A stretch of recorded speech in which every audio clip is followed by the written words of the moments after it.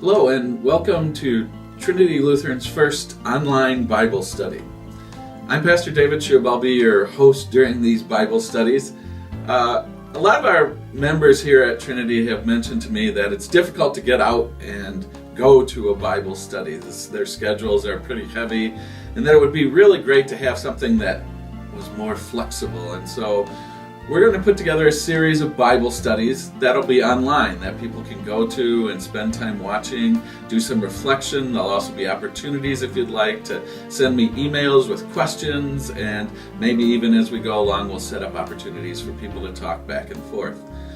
This is totally new to me. It's something very different, and so I thought maybe the first one would be good just to do a Bible study on being new for the new year. And so that's what we'll start with, is looking at what the Bible has to say to us about being new people in the new year and how we look at time as we move into this new year. My experience is that for people, the new is never an easy thing. There's something inside of us that resists those things that are new. I remember reading in a little devotional book I had about people who wanted to have a new experience, to leave what they normally did, to go out into nature and experience something different. And so what do? They load up their camper with their television set, their refrigerator, all of their DVDs and things they normally have at home. They take their cell phone so they can stay in touch with work. How exactly are we entering into something new then? We're taking everything with us that we normally have. In essence, we take our lives right along with us. The Bible understands our struggle that we have with the new. In the book of Ecclesiastes, the writer there is struggling with it. The person writes, "A generation goes and a generation comes, but the earth remains forever. The sun rises and the sun goes down and hurries to the place where it rises. The wind blows to the south and goes round to the north. Round and round goes the wind, and on its circuit the wind returns. All streams run to the sea, but the sea is not full.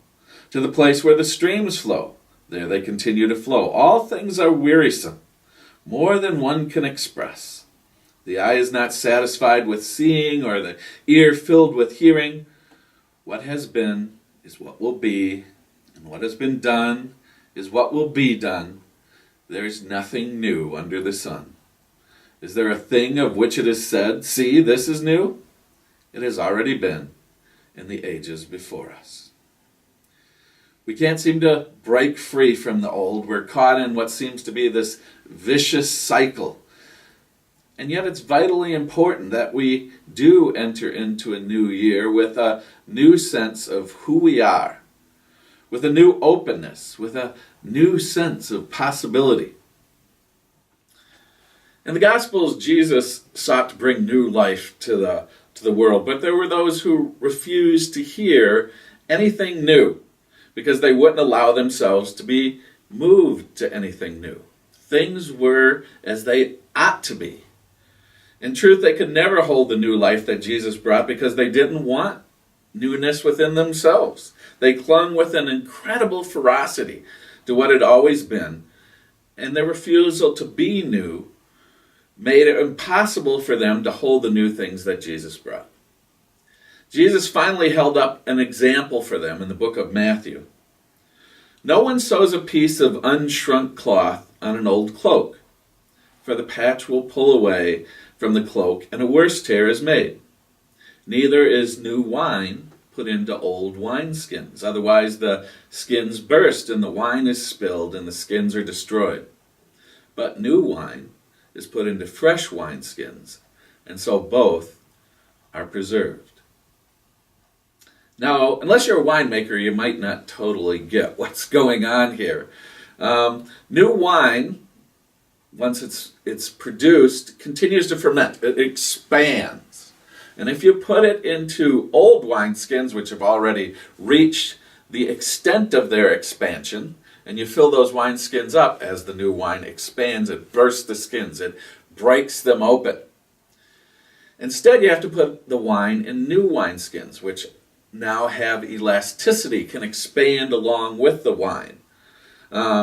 If one is to receive the new gifts that Jesus has to offer, that God is offering all the time, and in fact, receive the gifts that God offers us in a new year, then we have to be made new. We have to have some ability in our lives to receive new, to be open to the new, to expand in new ways.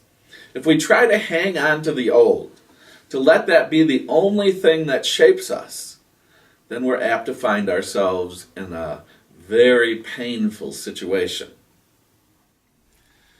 Think for a moment about people in your own life, or maybe even about yourself. Think about how the refusal even to consider new possibilities has often blocked God from doing something new, has maybe led to painful, maybe even disastrous results. An example from the ministry of my wife's and mine was a man who had lost his wife. He clung to his grief for years. Finally, my wife, Pastor Chris, went to see him. And she realized he couldn't let go of this grief. It was blocking him from finding new joy, new possibilities. And as they talked, she finally found a way to get him to open up, to share that grief, to let go of some of the pain and the struggle, to share the memories of his wife. And in doing that, in that moment, he in a sense became a new man. He could deal with new possibilities. A new year is an opportunity for such newness. We can let go of the old grief, the old guilt, the old pain, the old hate, the old anger. We can turn these things over to God and be made new and leave room for God to do a new thing in us. What are the things in this new year that you need to let go of, to allow God to take over so that you have room for the new possibilities that God is offering? Paul wrote to a congregation in Corinth where everyone was